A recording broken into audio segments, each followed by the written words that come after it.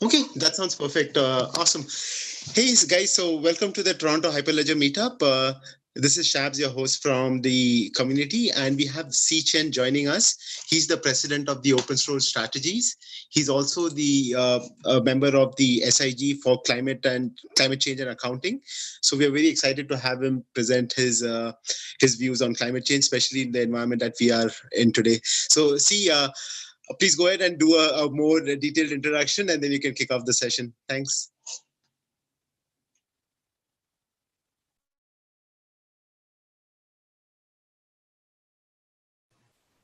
Great. Hi, everybody. Thanks for joining me. So my name is Chen, and I'm from Open Source Strategies in Los Angeles. So I wanted to, just share with you some of what we're doing on climate change with Hyperledger in the software and in the community as well. So let me just tell you a little bit about myself and my background. So how I found the climate SIG and got involved with Hyperledger, I used to be a hedge fund manager. So my background is actually on the business side. And from that, what I saw is that really climate change is a result of a market failure. In open source, we talk about something called the tragedy of the commons. And climate change is really the biggest tragedy of the commons out there, if you will. It's something that we all share together, and yet because nobody is in charge of maintaining it, things are happening that's making it worse. And about 20 years ago, I left fund management to start an e-commerce business with my wife. And being a very small startup company, we had no budget for expensive commercial e-commerce software. So we work with open source. And I can honestly say that open source software is what made our business work. It was low cost, but more importantly, it was very flexible to have something that we could modify and tailor to the needs of our business as it changed and grew over the years. So I started a company, Open Source Strategies, and originally we developed open source ERP and CRM software. We were part of the Apache Off-Biz project. I was a committer of this Apache project, and we developed something called the OpenTaps open source ERP and CRM software, which has been used by a variety of companies. And I really got to see how you could use ERP and CRM, basically software, to run the world, if you will, like Mark Andreessen says. So a few years ago, I decided to try something in the field of open source energy efficiency, taking energy efficiency software and making open source software around it to help people manage their building energy more efficiently, and in that way, reduce their climate impact. What I found was that the incumbent institutions in that space, and by that I mean the utilities, the property owners, and the property managers, move very, very slowly. And as a result, it was a field that had a lot of potential, but is going kind of at a much slower pace than it should be, if you will. And finally, I started looking at ways to speed things up and found out about blockchain and Hyperledger. And I think it's amazingly enough a technology that could solve all the a lot of the climate related problems. And so that's how I got involved with the climate SIG and where I am today. So I'd like to tell you about what we've been doing. So first of all, what is the climate SIG? The climate SIG is actually called the Climate Accounting and Action Special Interest Group. So what is climate accounting and why is it important?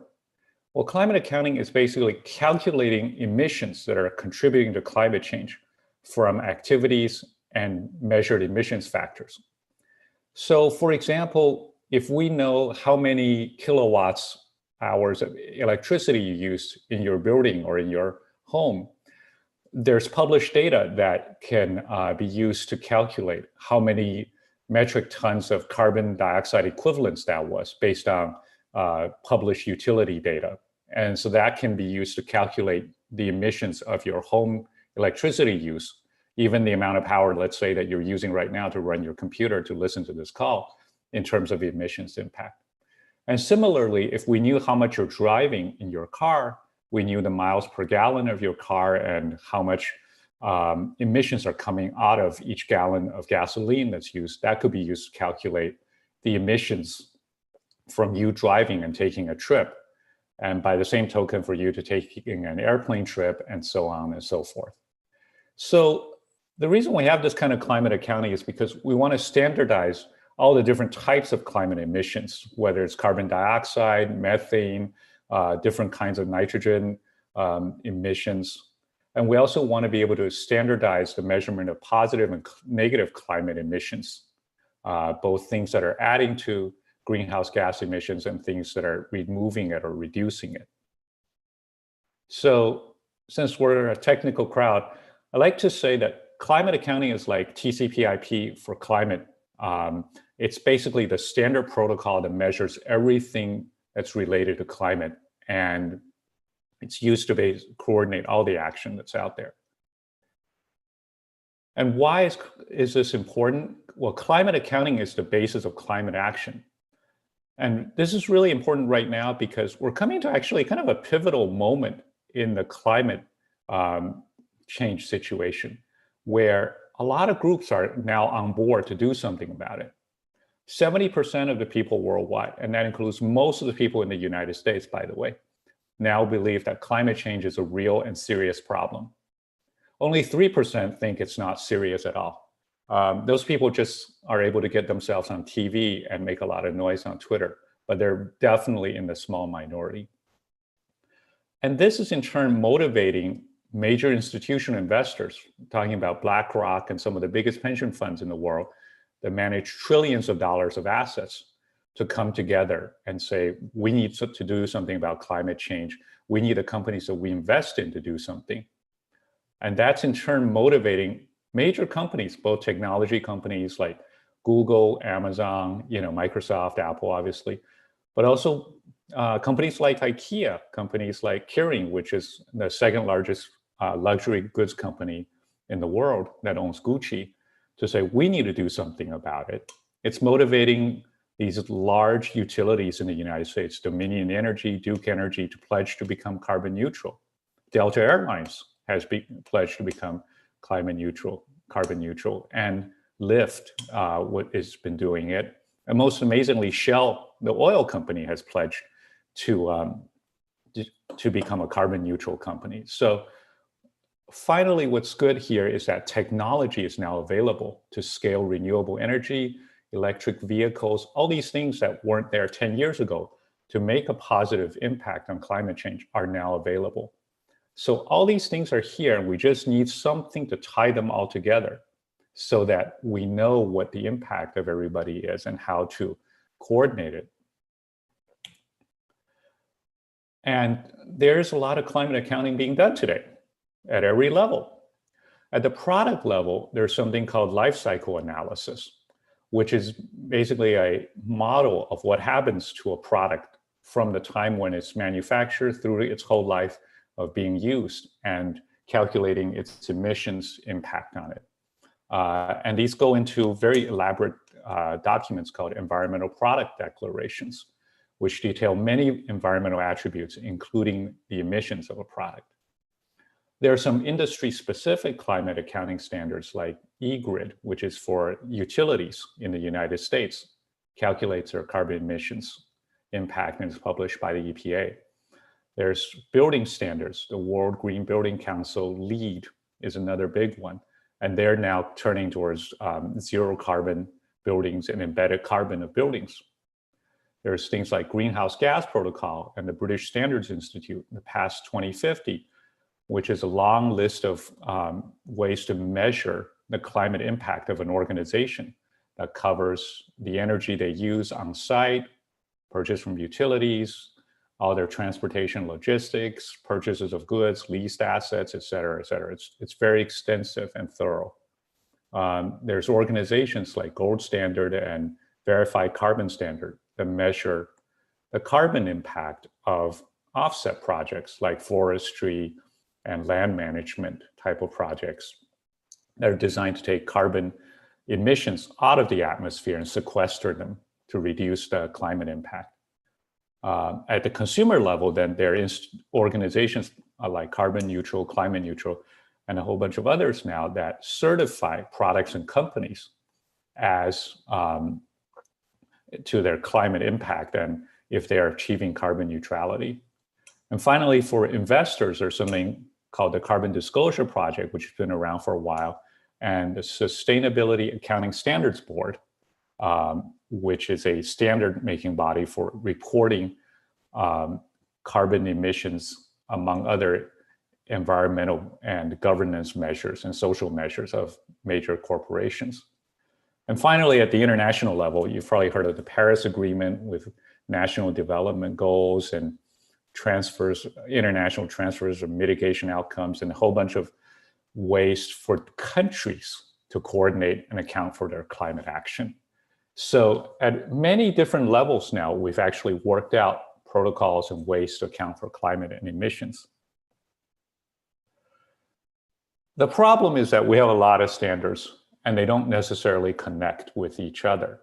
So for example, going back to this page, we're able to calculate the climate impact of individual products, but that's a very expensive and complicated analysis.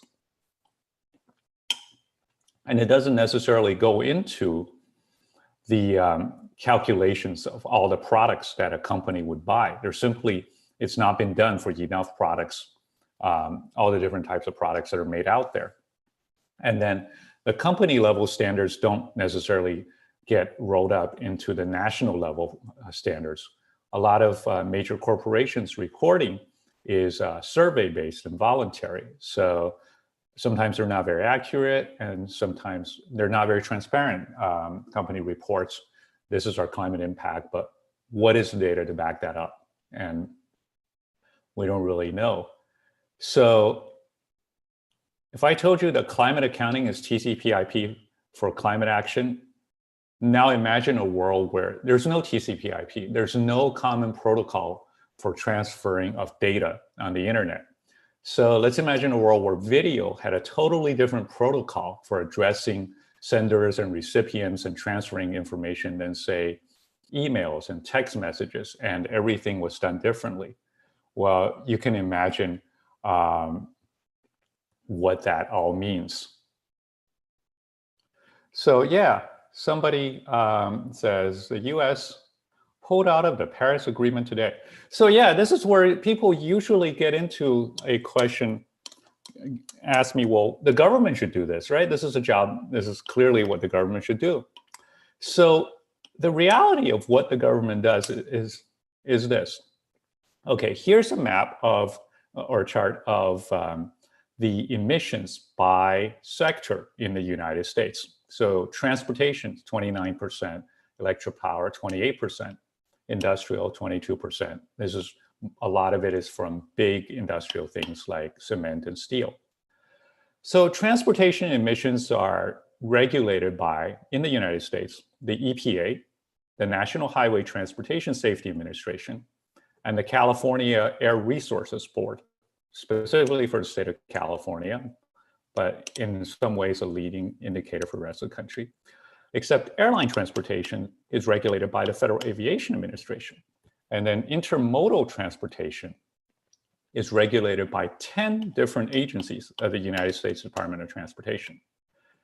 And that's not counting for all the different local MTAs and bus systems that also regulate their own emissions and transportations, taxi authorities, and so on. Electric power is regulated by the Federal Electricity Regulatory Council, 9 independent system operators that are basically agglomerations of regional utilities. Every state has a public utility commission that regulates what its utilities does. And then every city has its own building codes that govern the energy efficiency, energy use policy. And in the case of New York City, carbon emissions of the buildings in New York City. So on this side, we've got all sorts of different agencies regulating all sorts of interesting things that have to do with carbon emissions. And then in the industrial sector, okay, nobody regulates the carbon emissions of cement making, as far as I know. Cement, if it were its own country, I read, would be the third largest emitter of carbon and greenhouse gas emissions in the world after the United States and China. But here, at least, there's no entity that regulates it. Another high emitting sector is steel. The EPA did a study of emissions of the steel industry in 2009. And that's basically where we are in terms of any kind of regulation of steel industry emissions. So, and I could go on about all these other sectors, but just see that in our country alone, we have either hundreds of different agencies that are involved with emissions or nobody doing it at all. And there's 195 countries in the world. So it's a tall order for the government to say, okay, there will be one entity that can regulate all of it. And this is why I feel like the blockchain is the perfect technology here. It's something that we need for emissions, because the blockchain allows you to share data across a lot of different activities, which is exactly what emissions is. It's caused by different types of activities all over the place. And the trust in an immutable ledger means that the data is placed on this ledger, and once it's there, it's always going to be there. So you don't have to worry about API endpoints changing, APIs getting taken away and disappearing anymore. And this is very helpful for anybody who's ever done enterprise software and done integration and torn their hair out because you finally got an integration working and whoa, they discontinued that API. And by having this common ledger, we can then integrate emissions across a lot of different industries and standards.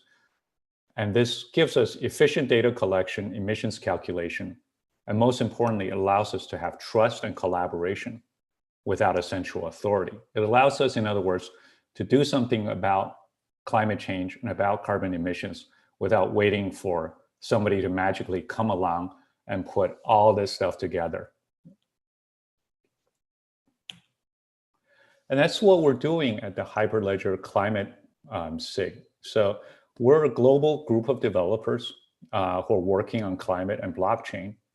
And we're working on shared protocols and standards to allow interoperability, how to integrate different blockchains together through those protocols, and eventually enable contractual automation between climate and finance and all sorts of different things that have to do with climate, and put together the best practices.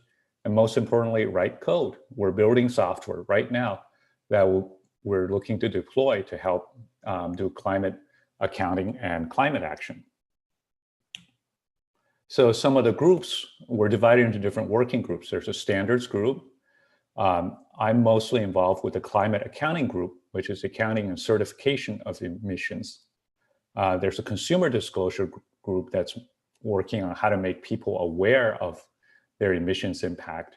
And then we've been working on starting an energy industry specific group, because there's a lot of things that have to do specifically with the energy industry, and it overlaps with some of the other efforts of the energy field. So, and we also have participation from all over the world. So if you want to take a look at our members directory, you see we've got people from Canada, Singapore, Malaysia, obviously here in the United States, South Africa, India, Japan. I mean, it's an open source community. People come and go, but this is something that people all over the world care about and want to get involved in. And we're also involved with other groups like the Yale Open Lab. Martin, who started the group, is involved with that. The Interwork Alliance is a consortium of some of the largest companies in the world working together on climate-related issues.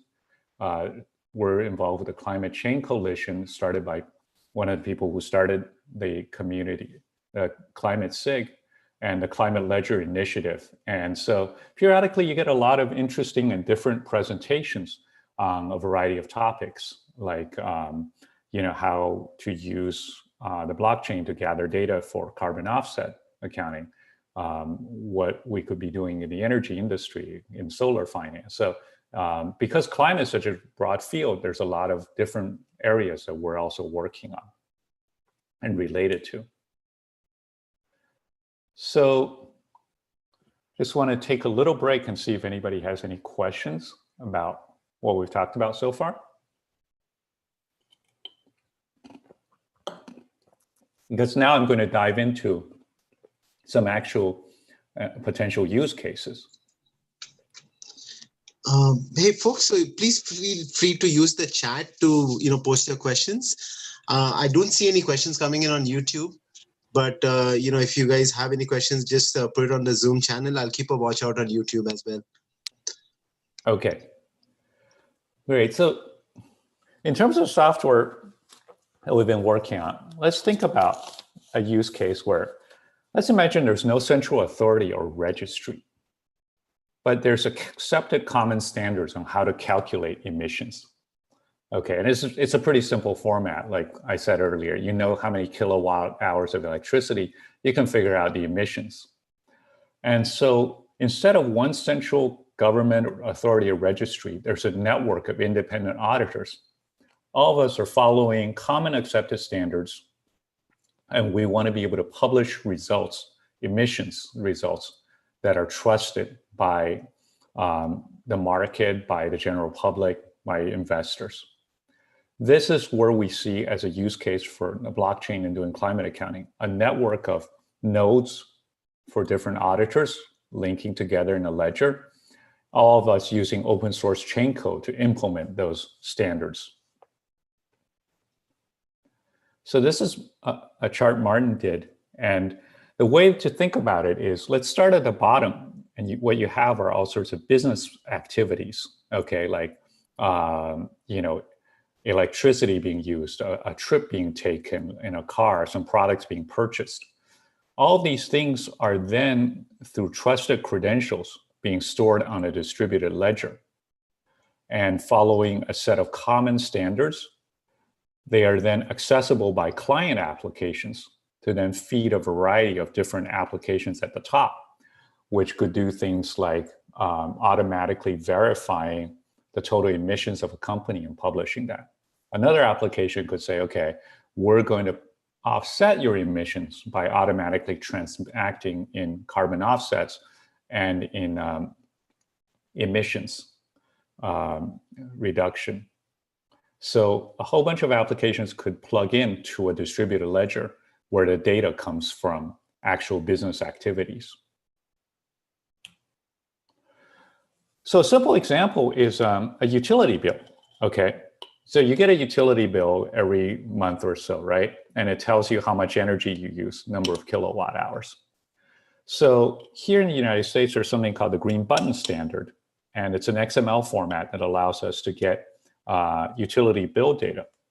So we get that into something called OpenTabs, which is an open source energy management software that we developed. It then talks through a REST API to a Fabric SDK, which is in Node.js, which then runs chain code. So right now it's going to the Amazon DynamoDB, a cloud-based database, to look up emissions factors to be able to calculate from your kilowatt hours of energy use the amount of actual emissions. And we're also looking at using IPFS to store those utility bills. So it's archived in case anybody wants it. And then those emissions are then stored on a Hyperledger Fabric data channel. And this is what it looks like.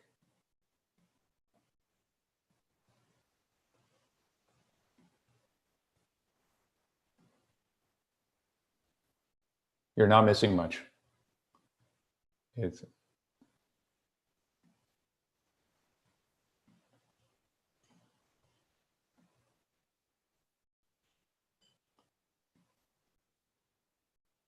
okay, let me just stop sharing it 1 sec.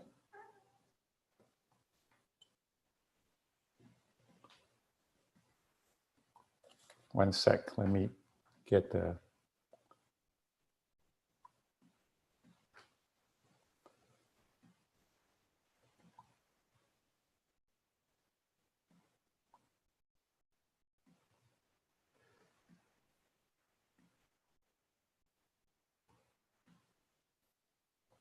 Okay, so let us play this again.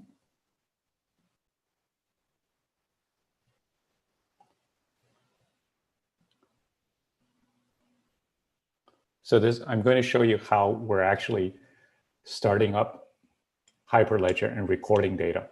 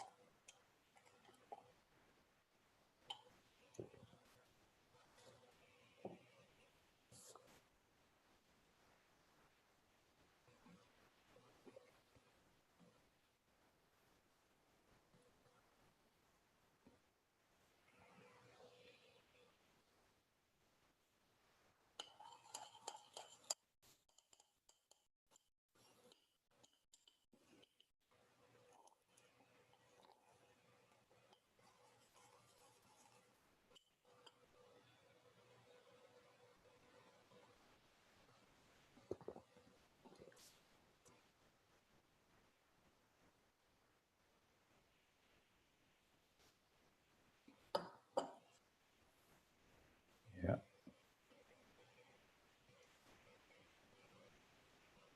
It's packaging and deploying the chain code right now.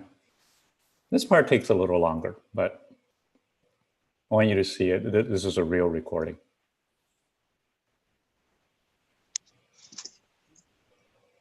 Thanks, Sai. Maybe I can ask you a quick question while this is deploying. Yes, please. So in terms of having the network, because this will be running in your own network, how would you make this accessible globally, so it can be a part of a global network? Yeah, that's what we're working on. And the idea is to create a network of several different organizations. So it is a permission ledger, but we want to open it up so that there could be peer nodes running all over the world in the cloud together. So got it. Okay. And we're working on the deployment right now. And is it like based on permission access, meaning the committee decides who are the joining members? Yes, I think it's it's going to be like that. And I think what we want to do is pretty loosely allow people in that, are just going to be people with not a super tight membership requirement, but just at this stage, just whoever's interested in using it and joining in the deployment. Got it. Okay. And how many founding members are kind of launching this? I think 2 or 3 of us. Okay. So that are active in the development right now. Okay. Awesome. Sounds good. Thanks, Sai. Sure.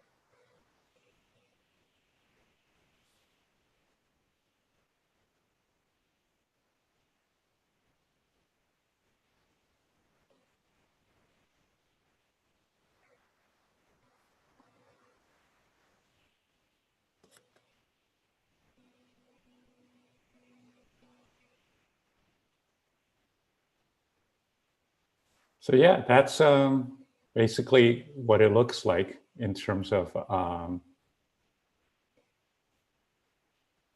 what it looks like right now in terms of a demo of where we are. You see a ledger being created.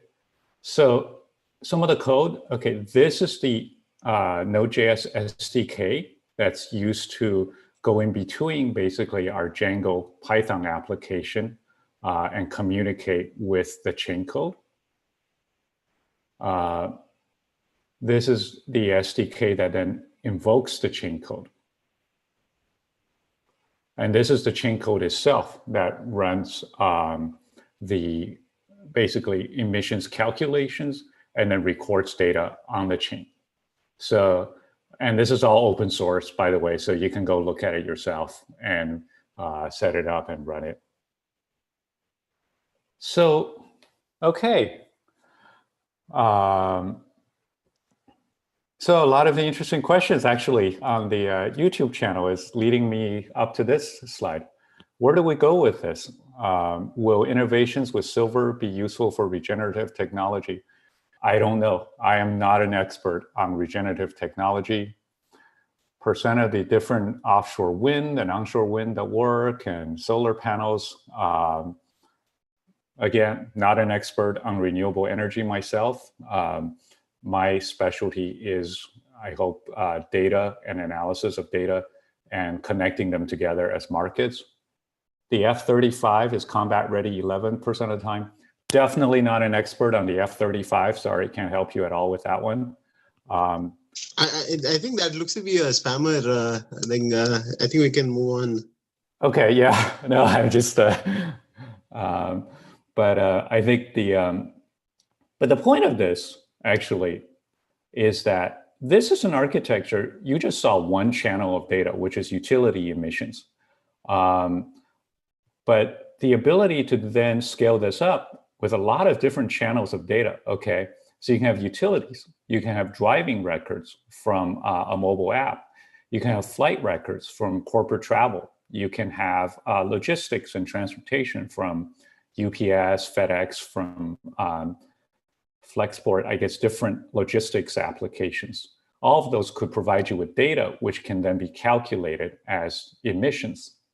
And then on the other side, you can have your renewable energy certificates, carbon offsets, and even satellite generated data about emissions and offsets. And together, they could all be joined as assets or tokens on a common emissions channel. This is what I call net emissions. And I'm working out ways to join them all together so that you could calculate the net emissions by combining data from all these channels. And then you could pass it on to your customers as their emissions. And then that could be used to join all of their different activities. So all these things could be used to calculate emissions by scaling up in something that we call the multi-channel architecture. And the other thing that's related to this, and what's kind of cool, is decision-making about climate change. You could have something called a climate DAO, distributed autonomous organization, so that people who are involved in the climate projects, climate action for a company, could open it up to the customers of the company and to members of the public, as well as experts, to collectively make decisions on something that they care about without a lot of layers of intermediaries or complexity, while preserving the benefits of expertise and experts who are watching over this. So these are kind of two things that I feel the blockchain could be very powerful for. One is basically getting the data and calculating it correctly and passing emissions through the whole supply chain. And two is really bringing people together to take collective action without all the problems that we have of collective decision-making. So some of the use cases, okay. It's a virtual community solar project. This is actually something we're talking about very seriously now in the group. So once you have your utility bills and you know how much emissions you're generating, you could actually offset that by buying renewable energy certificates so that you could have the benefits of solar without having to put solar panels on your own roof, which you may not be able to because you rent, or because you're living somewhere temporarily, or maybe where you are is not too suitable the way the house is built for solar. And we could create a group that can then invest in a solar project together, and then the members get the benefits of their renewable energy, both financially and in terms of their climate offsets. And they could carry those around. So you could move around from apartment to house to a different place, and you're still generating a certain amount of renewable energy that you could use to offset your carbon footprint. Another interesting one is virtual zero carbon transportation. So we're all very excited about electric vehicles, and some of them are very cool, but also a lot of emissions go into making a new car. I mean, and that's the case whether it's an electric vehicle or a gasoline powered or diesel powered car. So another way to reduce our carbon emissions from transportation is to get accurate travel data and offset those with carbon offsets, which could be projects that reduce emissions in a lot of different ways. And so then scaling that up a bit, you could then start collecting all of your emissions data in personal offset wallets. So you have a wallet that collects all your emissions from all these different channels and then automatically purchase your offsets. And finally, a data center carbon emissions. We're all working with data centers and we're familiar with what they do. Primary source of their emissions is from utilities, and basically you could get their utility bills and then allocate that to the amount of compute and storage resources they're providing, and then from that calculate what each user, their computation activities and so on is generating. So in terms of the roadmap ahead, what we're working on now is the utility emissions and the renewable energy certificates and offsets. And from that, we're going to have what we call our minimum viable product, MVP. It's going to allow you to basically offset your utility related emissions. And we're going to create a small open source climate action network. We're going to implement an open source distributed autonomous organization for then deciding on the offsets and the renewable energy certificates. And then to have really this open source community of users and developers working together to create a sustainable sort of development for this project. We'll basically be offsetting our own emissions, enhancing our own code, and hopefully bringing more people on board. And in that process, developing additional use cases. So as we wrap up, why open source? Well, it's all open source in that the blockchain is open source, Hyperledger is open source, our code is all open source to start with. But a couple more important points. Open source is what gives us transparency and trust. Because otherwise, a company or a government agency tells you these are the emissions from something. Well, how do you know that that's true? And will people trust it to take action? Well, open source guarantees that it is, because we give you the code, you know how it's been calculated, and you can even get the data or hashes of the data to verify it is correct.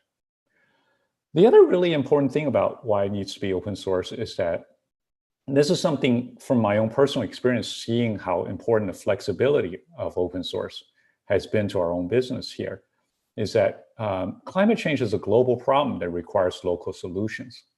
In the United States, emissions come from buildings and cars, transportation and electricity. So the solution is basically renewable energy of some form to change what we power ourselves with. But there's agricultural countries out there, and their solution could require changes in land use and agricultural practices. So there's a lot of different technologies that could help reduce emissions. But what we want is to have an open source platform to help coordinate and account for all of that.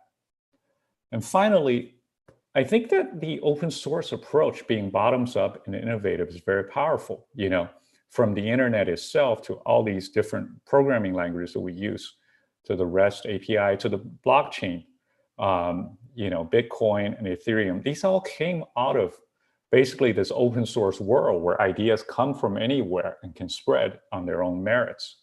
And that's been extremely powerful, as we see in software.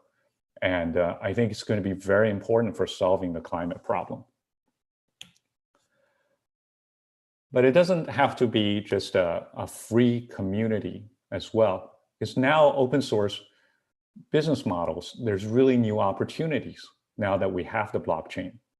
So when we first started open source strategies, doing open source ERP and CRM,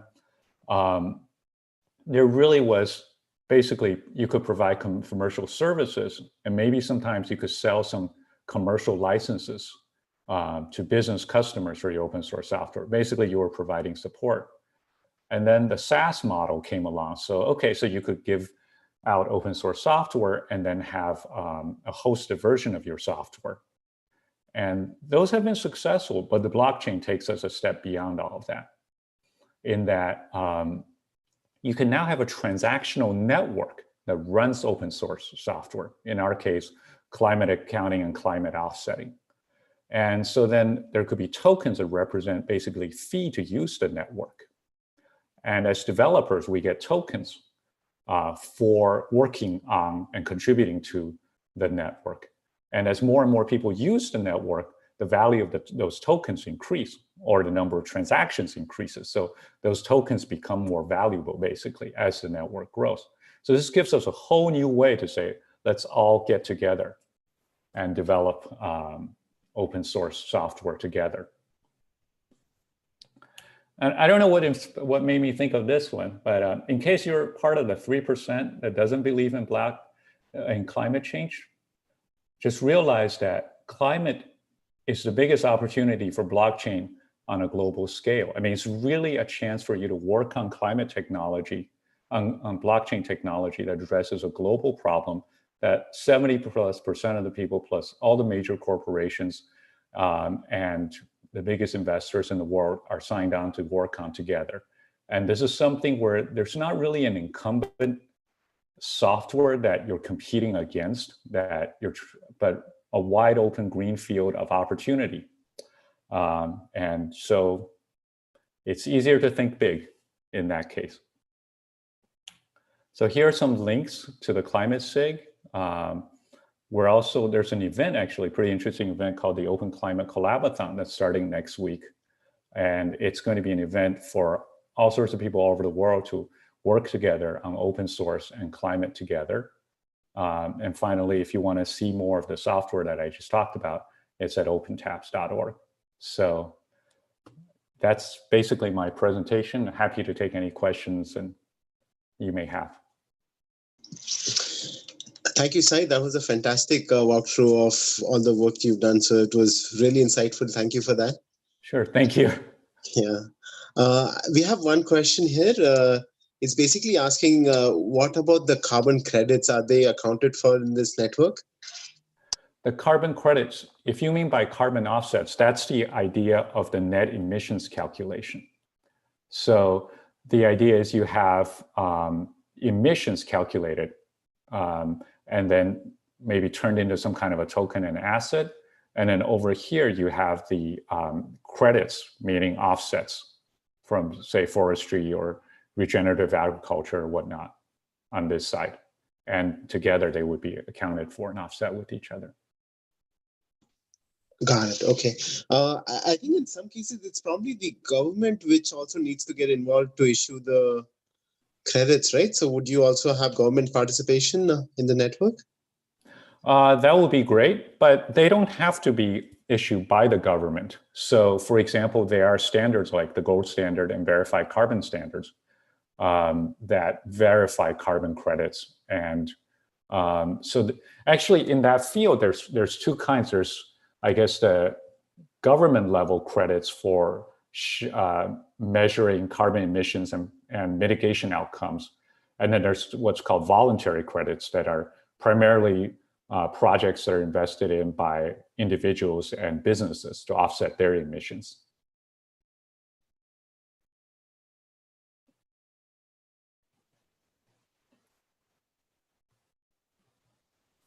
So I hope that answers your question. Yes, that does. Yes, thanks, Sai.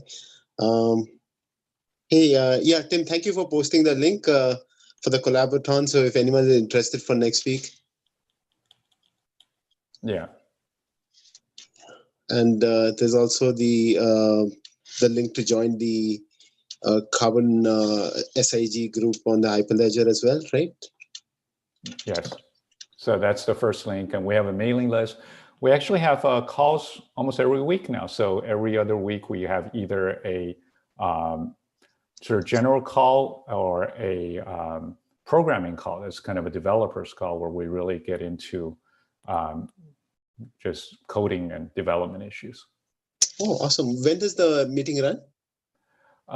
Actually, the next developers meeting is tomorrow morning at 9 a.m. Pacific time, because we had to move it from to make way for the collaborathon next week. So, and that's on our mailing list. Awesome. Okay, that sounds great. Awesome, good stuff.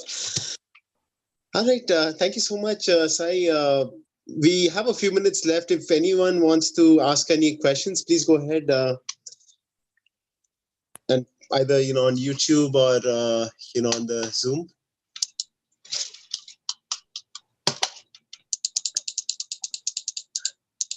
Or if anyone wants to maybe just I mean, if there are no more questions, we can probably even do a little bit of networking and just discover who is attending today. So yeah, I love to kind of meet people, and sometimes coming to these meetings online, we don't really get to chat. So yeah, so I'm going to do a quick introduction, and if anyone wants to join in, hopefully we can kind of see who's participating today. So yeah, my name is Shabs. I'm part of the Toronto Hyperledger organizer team. By day, I'm the founder of a company called Trusted Space, and we help to connect people online in a digital hub. So you can find out more on trusted.space. And I'm interested in blockchain technology. I've been part of the meetup group, and I've attended a lot of events and also hosted a few of them. And we also have the other organizers with us. So hey, Tim or Alice, you guys want to do a quick intro?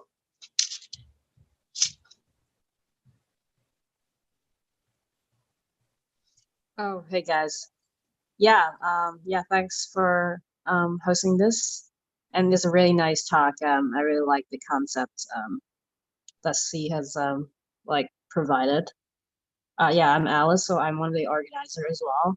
I'm a software developer.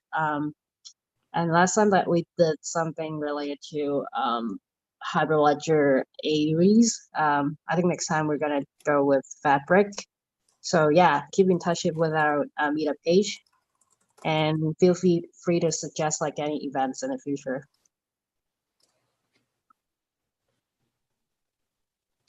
And I'm Tim. I invited Sai to speak with us today. And I'm a co-organizer of the Collaborathon. So if anyone has any questions in the last 5 minutes about the Collaborathon, I can address those as well. Awesome, thank you. Anyone else wants to just quickly do a quick introduction? David, I don't know if you're still on, but if not, I mean, Barry, we'd love to kind of have the collaboration going within the community.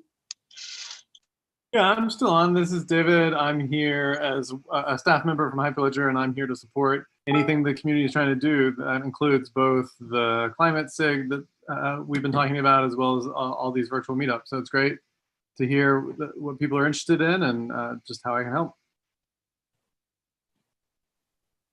Yeah, and I'm Barry Pratt. I've been involved in actually blockchain technology since about 2016 or so.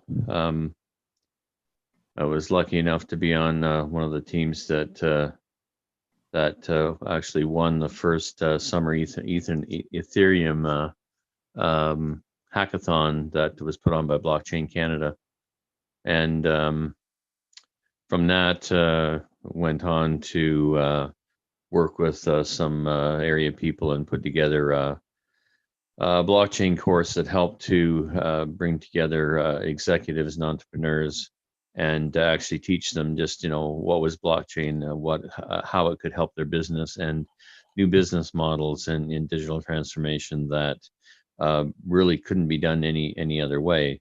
And so when I saw this talk this evening on climate change and using Hyperledger as a way to bring together multiple companies, multiple different industries across countries, and to be able to count up usage and then carbon credits and do some serious and real verifiable trading. It looked like a stellar use case for blockchain technology, and I'm really hoping that there's some great success in this project. Thanks, Barry. Either Jack or Marcelo, you guys want to do an intro?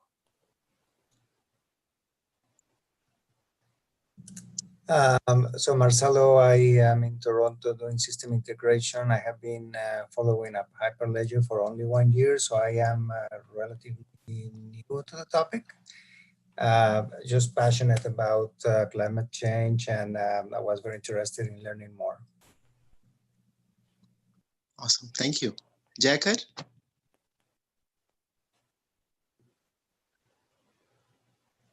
You might be on mute, Jacket, if you want to just introduce yourself. Okay, I think he's probably not accessible, but thank you, Sai. That was a fantastic session. Thank you, Tim, for doing the introductions. And I think, yeah, we are done with the time slot that we have, but hopefully we'll be able to connect on the Collaborathon and also connect with you on the SIG. Yeah, Tim, you asked this interesting question about time of the day, where we are in the process of adoption, right? Yeah, I was just wondering if you had a feeling, for that person. Yeah, and my general feeling is very early right now, because this field really is kind of a green field that doesn't have common standards yet, doesn't have even an incumbent player. So in that sense, it's good for an open source product, just like it was in the early days of the internet for all these open source projects to come to the fore. I think that, and we can talk more about this during the Collaborathon, but I think what's missing in terms of adoption is really something that ties climate to something that people care about and are aware of. Because climate is this huge thing, but it's kind of abstract for most people to be thinking about carbon emissions, parts per million, and all these measures. But now it's having an impact on real things, that people care about. Like my favorite one is the beer versus Bordeaux problem, right? It's affecting the wine regions of the world, and it's also affecting beer group brewing and availability of hops for beer. So those are things that people care about. And if we can somehow tie the things that people care about, whether it's art or skiing or beer or wine or whatever, and make them see that their actions are on climate have an impact on something that's very real to them, then I think we can take this whole thing a big step forward. So that's my, Brilliant. yeah. Thanks. Yeah, thank you. Okay.